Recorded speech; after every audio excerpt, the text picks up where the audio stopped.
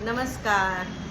लाभले आमास भाग्य बोलतो मराठी, जाहलो खरेच धन्य ऐकतो मराठी. आज 27 फेब्रुवारी म्हणजेच मराठी भाषा गौरव दिन. हा दिवस आपण ज्ञानपीठ विजेते महान लेखक कवी विष्णू वामन शिरवाडकर म्हणजेच आपले लाडके कुसुमाग्रज यांची जन्मजयंती निमित्त आपण साजरा करतो. माझ्या मराठी मातीला नका म्हणू हीन दिन, स्वर्ग लोकाहून थोर मला हिचा अभिमान.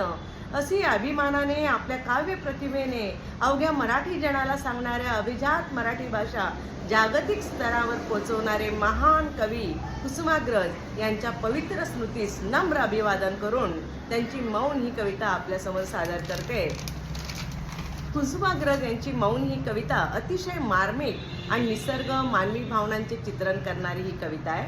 शिनलेल्या झाडापाशी कोकिळा, सुगरण, चंद्रकोर आणि बिजली येऊन आपली कला साथ देण्याचे विचारतात, परंतु झाड मौन राहते, शेवटी बिजलीच्या मिठीत झाडाचं मौन सुटतं, असं या कवितेत सांगितलेलं आहे. ऐका कविता. शिनलेल्या झाडापाशी कोकिळा आली, म्हणाली गाणं गाऊ का.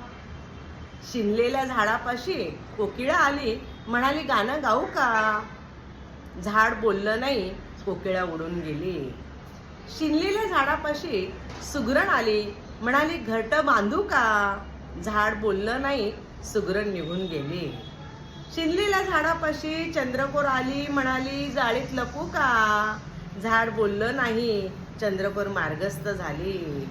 शिनलेल्या झाडापाशी बिजली आली, म्हणाली मिठीत येऊ का. झाडाचं मौन सुटलं आणि ते मोहरून गेलं.